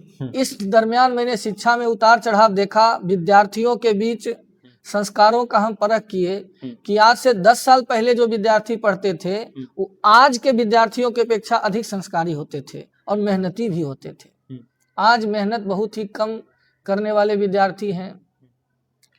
उस समय अगर 100 विद्यार्थी में आप मतलब एक औसत निकालते थे ना, तो 100 विद्यार्थी में करीब 5, 6, 7 विद्यार्थी ही होते थे, 10 विद्यार्थी ही होते थे जो लिख नहीं पाते थे ढंग से। और आज ना 100 में से 40 विद्यार्थी ऐसे आ रहे हैं जो कि ढंग से लिख भी नहीं पाते, हिंदी नहीं लिख पाते। वो शिक्षा का लेवल ना गिरता जा रहा है। और एक सोच में भी अभी लगता है ना सर कि बेरोजगारी बढ़ा हुआ है, सारे लोग सरकारी नौकरी की तरफ बढ़ रहे हैं, दिमाग में उस तरह के सपने नहीं आ रहे हैं जिस तरीके के आपके आए थे उस वक्त कि फिल्में लिखते हैं। कम से कम वो आया आपके दिमाग में तो मुंबई तो गए, वहां जानने की तो कोशिश किए कि क्या है नहीं है, फिर जानकारी पता लगी, बाद में उसके हिसाब से निर्णय लिए। तो ये सपनों को भी मार दिया गया है। बिल्कुल सही कहा। जैसे कि आपने कहा कि सरकारी नौकरी, अब देखिए सरकारी नौकरी सीमित है, सब व्यक्ति को सरकारी नौकरी मिलने वाली है नहीं जी। लेकिन कोई आवश्यक नहीं कि सरकारी नौकरी अगर हम करेंगे तभी हम जी सकते हैं और तभी हम सरवाइव कर सकते हैं ढंग से, नहीं, कोई आवश्यक नहीं। ठीक है, सरकारी नौकरी का बहुत मोल है, वो जीवन को सिक्योर करता है। आप अगर एक बार सरकारी जॉब में चले गए तो आपका ज़िंदगी आसानी से कटता है, सुरक्षित, आपको पैसे का टेंशन नहीं होता। लेकिन ये नहीं है कि सब कुछ सरकारी नौकरी ही है। अगर प्राइवेट नौकरी आप ढंग से चला लिए तो आप एक प्राइवेट ढंग का नौकरी से ना 2-3 सरकारी नौकरी को आप परास्त कर सकते हैं। तो सबसे पहले लोगों को ये सोचना चाहिए, बिहार में खास करके सरकारी नौकरी के प्रति लोगों का बहुत ज़्यादा आकर्षण है, लेकिन अदर स्टेट में देखिएगा ना तो आप इसकी अपेक्षा कम है। तो लोगों को ये सोचना चाहिए कि सिर्फ सरकारी नौकरी ही रोजगार नहीं देता है, हमें प्राइवेट नौकरी अगर मिलता है तो उसकी ओर भी जाना चाहिए, और प्राइवेट नौकरी करके भी अच्छा ढंग से आप अपने जीवन का यापन कर सकते हैं। कोई आवश्यक नहीं कि सरकारी नौकरी ही हो। लोगों के सोच को बिल्कुल, बिहार की जो कुछ लोग हैं ना उसमें ये सरकारी नौकरी के प्रति जो आकर्षण है इसको त्यागना होगा, तभी ये सोच जीवित होगा, और नहीं तो सही में लोग जो है ना, लोगों का सोच मर जाएगा। आपका कहना बिल्कुल सही है। तो इसके लिए लोगों को कोशिश करना चाहिए कि नहीं, सरकारी नौकरी नहीं, प्राइवेट से भी काम चला सकते हैं। और एक अभी ये इसी कारण है सर कि पढ़ते हैं लोग तो इसलिए पढ़ते हैं कि सिर्फ परीक्षा तक काम चल जाए, गंभीर पढ़ाई नहीं पढ़ी जा रही है कि ज़िंदगी को समझना है, समाज किस तरीके से चलती है, आगे हम अपने आने वाले पीढ़ियों को क्या दे पाएँ, पर्यावरण को लेकर के जागरूक होना है। तो कैसे सुधार होगा सर इसमें? संस्कारों से। सबसे पहले गार्जियन को चाहिए कि बच्चों में बचपन से ही सही संस्कार का वो समावेश करें। दूसरा, जो शिक्षक हैं, हमारे तरह के बहुत से शिक्षक हैं लखीसराय जिले में, जमुई जिले में और बिहार के अन्य तथा इंडिया के अन्य स्थानों में। उन शिक्षकों का यहाँ रोल जो है ना थोड़ा बढ़ जाता है कि वो आने वाली पीढ़ी को सही मार्गदर्शन दें। लेकिन विद्यार्थी को वो मार्गदर्शन समझ में तभी आएगा जबकि गार्जियन बचपन से उस विद्यार्थी में सही संस्कार भरेंगे तभी। तो शिक्षकों को चाहिए कि थोड़ा विद्यार्थी के बीच सभ्यता का परिचय दें। कई शिक्षक ऐसे हैं जो खुद विद्यार्थियों के बीच अभद्र भाषा का प्रयोग करते हैं। अब विद्यार्थी उनको जब देखता है कि खुद शिक्षक ही अभद्र भाषा का प्रयोग कर रहे हैं तो विद्यार्थियों में उतनी समझ थोड़ी होती है कि वो सही चीज को पहचाने। गलत चीज की ओर आदमी अधिक आकर्षित होता है और सही चीज की ओर आदमी कम आकर्षित होता है। इसलिए शिक्षकों की थोड़ी सी जिम्मेदारी यहाँ बढ़ती है कि वो विद्यार्थी को संस्कारी बनाने का प्रयत्न करें।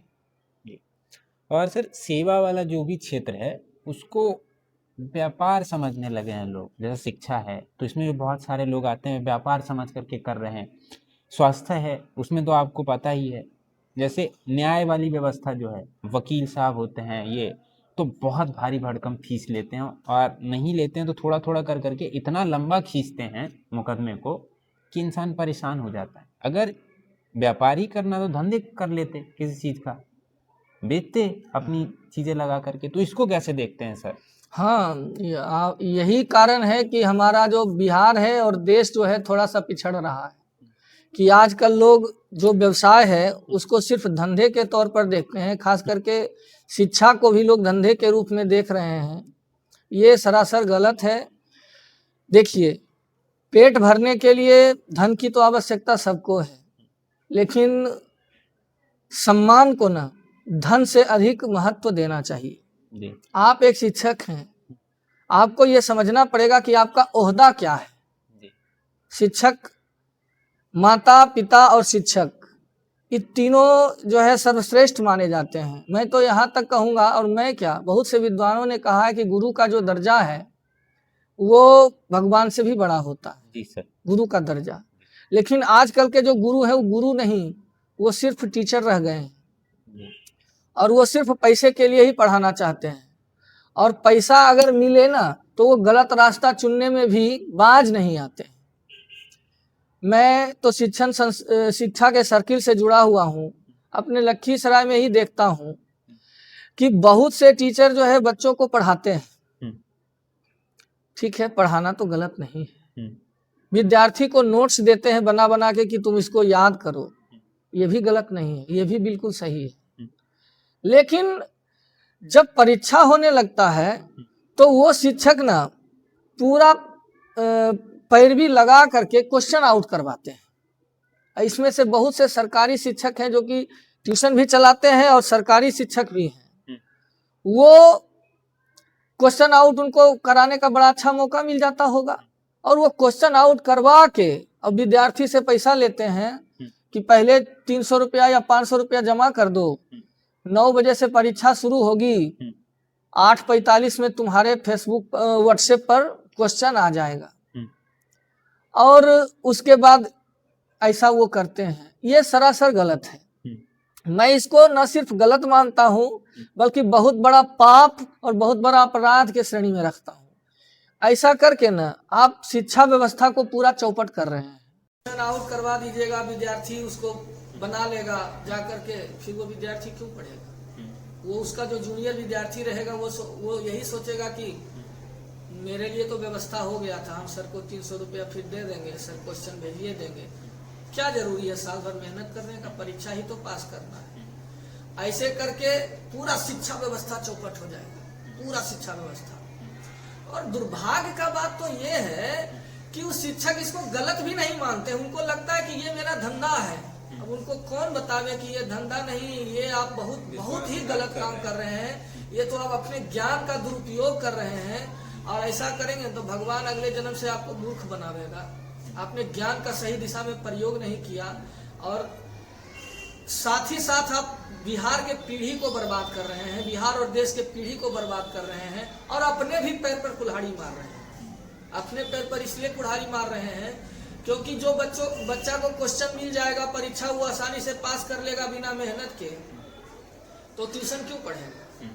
फिर आपके यहाँ बच्चों की कमी हो जाएगी, और आप तो जाइएगा दूसरे को लेके भी जाइएगा जो बेचारे ईमानदारी से पढ़ा रहे हैं। ऐसे शिक्षकों से मैं दरख्वास्त करना चाहूँगा कि आप एक शिक्षक हैं, आप पेशेवर नहीं हैं, आप अपने दायित्व को समझिए। जब आप ही ये गलत काम कीजिएगा तो अनपढ़ और गंवार से हम क्या उम्मीद कर सकते हैं, जब शिक्षक खुद इतना घटिया काम करेगा। कई शिक्षकों को मैंने समझाया भी, खुद क्वेश्चन आउट करके मेरे व्हाट्सएप पर भेजते थे, बस सर आपको क्वेश्चन भेज दिए हैं, जरा ही संस्कृत वाला बना के भेज दीजिए। तो हम बहुत डांटे, बोले कि आपको एकदम शोभा नहीं देता है ये काम, और खास करके शिक्षक पैसे के लिए आप कर रहे हैं ये काम। बोले नहीं सर, पैसे के लिए नहीं कर रहे हैं, वास्तव में वो थोड़ा बहुत उससे पैसा मिलता है। उनको लगता था कि ये उनकी ड्यूटी है कि विद्यार्थी को किसी तरह से पास करवा दें। नहीं, पढ़ाना आपकी ड्यूटी है, नोट्स दे देना आपकी ड्यूटी है, लेकिन चोरी करवा देना ये आपकी ड्यूटी नहीं है। आप अपनी ड्यूटी का गलत परिभाषा बना रखे हैं अपने मन में। इसको निकालिए और आप अच्छा परिभाषा वहाँ पर बनाइए। चोरी कराना ये चोर का काम है, शिक्षकों का काम नहीं। कुछ शिक्षकों को जब मैंने ये बात समझाया तो बड़ा अच्छा उनको लगा और उसके बाद से वो छोड़ दिए। वो बोले कि नहीं आप सही कहते हैं, पैसे की मेरे पास कोई कमी नहीं, हम गलत काम करें क्यों। छोड़ दिया उन्होंने। मेरे से अच्छे शिक्षक थे, उनके पास मुझसे ज्यादा बच्चा था, फिर भी मेरा उपदेश उनको समझ में आया कि आदमी बिल्कुल सही मानता है। लेकिन कुछ अधम श्रेणी के भी शिक्षक हैं जो कि इस बात को नहीं समझे और मेरा उपदेश न उनको जहर के समान मतलब उनके ऊपर असर किया और वो हमसे बैर कर बैठे।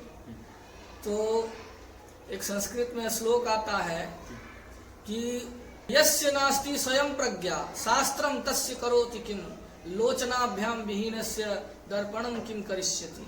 जिसको खुद समझ नहीं है शास्त्र उसको क्या कर सकता है। ठीक उसी तरह से जैसे जो आँख का अंधा आदमी है उसको आईना क्या दिखाए, उसको आईना दिखाने से कोई लाभ नहीं है। तो शिक्षक को भी संस्कार समझना चाहिए, यही मैं कहना चाहूँगा।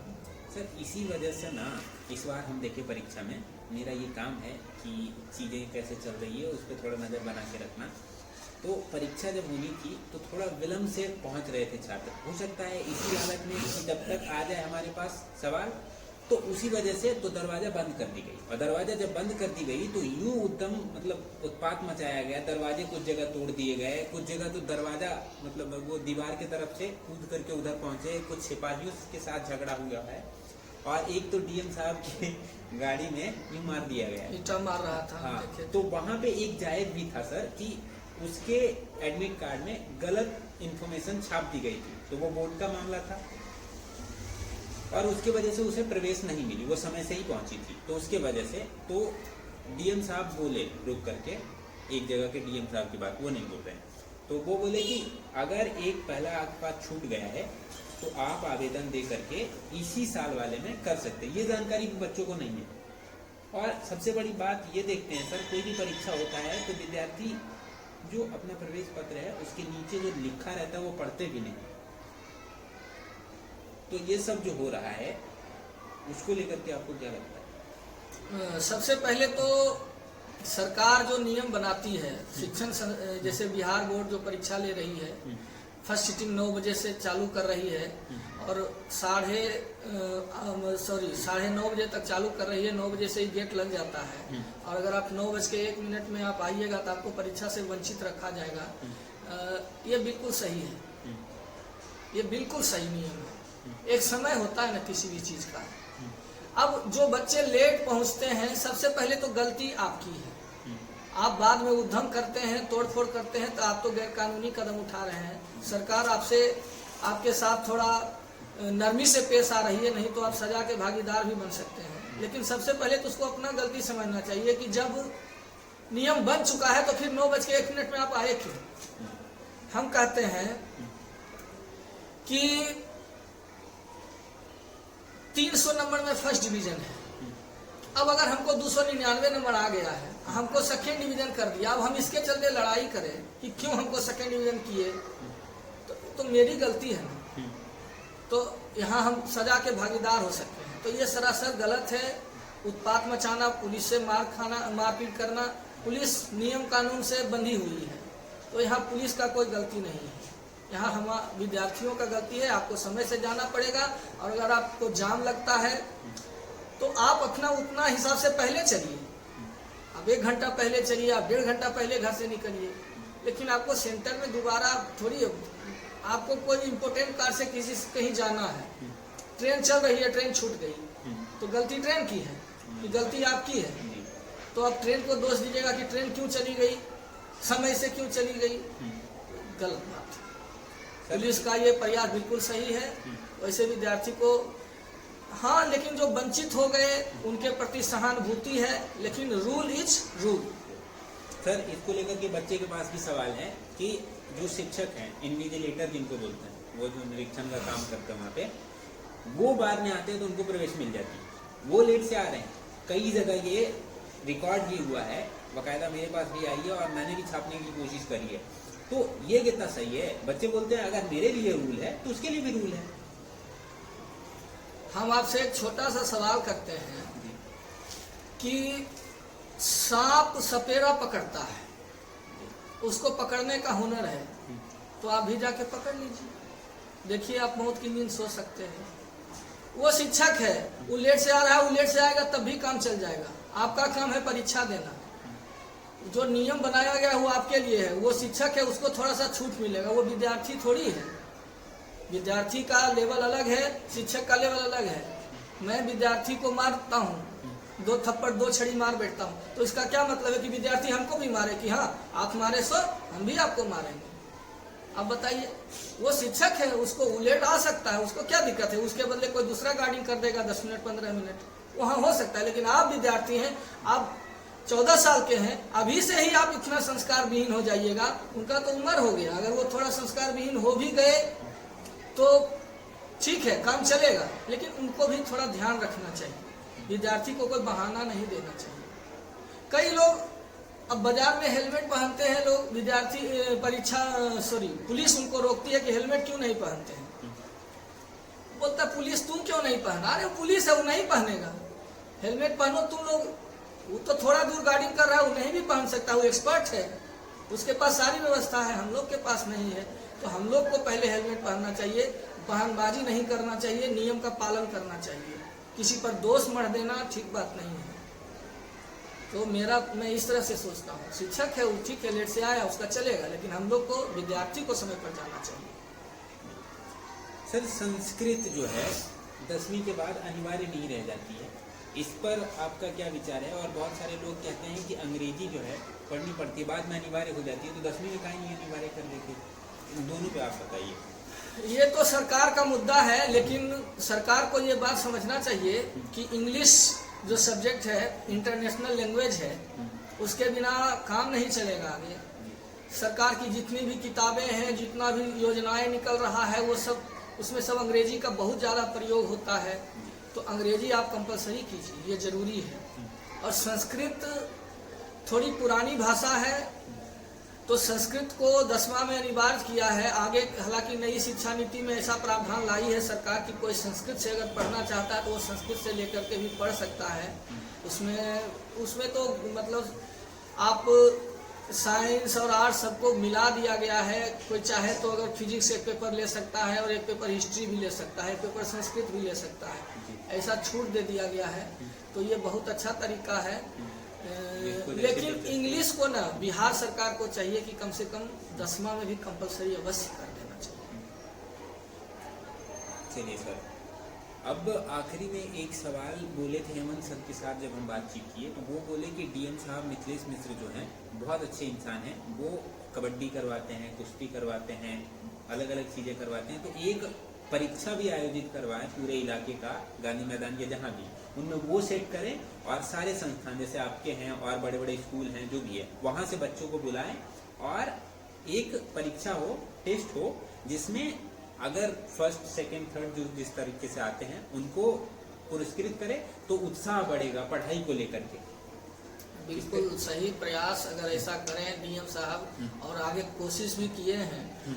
आपको याद होगा कुछ दिन पहले गांधी मैदान में बहुत बड़ी प्रतियोगिता परीक्षा हुई थी, जिसमें विभिन्न सेक्टर, भाषण से, नृत्य से और बहुत सारे सेक्टर से उन्होंने पूरे बिहार के बच्चों को बुलवाया था और यहाँ पर कंपटीशन हुआ था। तो वो बेचारे बहुत अच्छे डीएम हैं, बहुत कुछ कर रहे हैं जिले के लिए, बहुत प्रयत्नशील हैं। उनके प्रयास की मैं बहुत सराहना करता हूँ, बहुत अच्छे डीएम हैं। साथ ही साथ अगर उन तक मेरी आवाज़ पहुँच रही होगी, किसी ने अगर ये आप वीडियो देख रहे होंगे, तो उनको ये भी ध्यान रखना चाहिए ना कि लखीसराय में भ्रष्टाचार भी बहुत है जी सर, और पुलिस के नाक के नीचे से ही भ्रष्टाचार हो रहा है और पुलिस उसमें सहयोग कर रही है और घूस लेकर के कर रही है। तो कुछ ऐसा तंत्र बनाया जाए। आप तो डीएम हैं, आपको तो बहुत ट्रेनिंग है और आप बहुत विकसित दिमाग के होते हैं। कुछ ऐसा प्रबंध किया जाए जिससे कि भ्रष्टाचार रुके और उसमें जनता को मतलब भागीदार बनाइए। जैसे एक उदाहरण के तौर पर कोई ऐसा ग्रुप बना लिया जाए या कोई ऐसा संस्थान बना लिया जाए जिसमें जनता को एक गुप्तचर के तरह इस्तेमाल किया जाए। हर गांव से सरकार ऐसा ऐसा आदमी को रखे जो कि अपने गांव में हो रहे भ्रष्टाचार का रिपोर्ट करे। लेकिन वो आदमी जो होना चाहिए वो बिल्कुल सच्चा आदमी होना चाहिए। वो भ्रष्ट अगर कहीं वो हो गया तब तो सरकार का सारा किया धराया पर पानी ही फिर जाएगा। तो जिस आदमी को सरकार हायर करे ना, उस आदमी में सत्य के प्रति बहुत निष्ठा होनी चाहिए, तभी वो आदमी सरकार को सही रिपोर्ट दे और सरकार उसकी जांच करे और जांच करके उस पर कार्रवाई करे। तो इससे भ्रष्टाचार को रोकने में बड़ा मदद मिलेगा। पुराने जमाने में राजा महाराजा इस ढंग का करते थे, गुप्तचर रखा करते थे, और इस ढंग से सरकार को अभी अगर करना चाहिए, करे ना तो बहुत लाभ होगा मेरे ख्याल से। चलिए सर, बढ़िया लगा सर आपसे बात करके। हमें ये जितनी देर भी बात हुई उसको लेकर के आप जो समय दिए उसके लिए हम आपका आभारी रहेंगे। और बहुत बहुत धन्यवाद हमारे चैनल से जुड़ने के लिए। सर आखिरी में आप जो गरीब बच्चे हैं उनके लिए क्या मुफ्त में शिक्षा मुहैया करवाते हैं, ये जो भी संस्थान का है उसके विषय में थोड़ा बता दीजिए सर। बिहार के जो गरीब बच्चे हैं उनको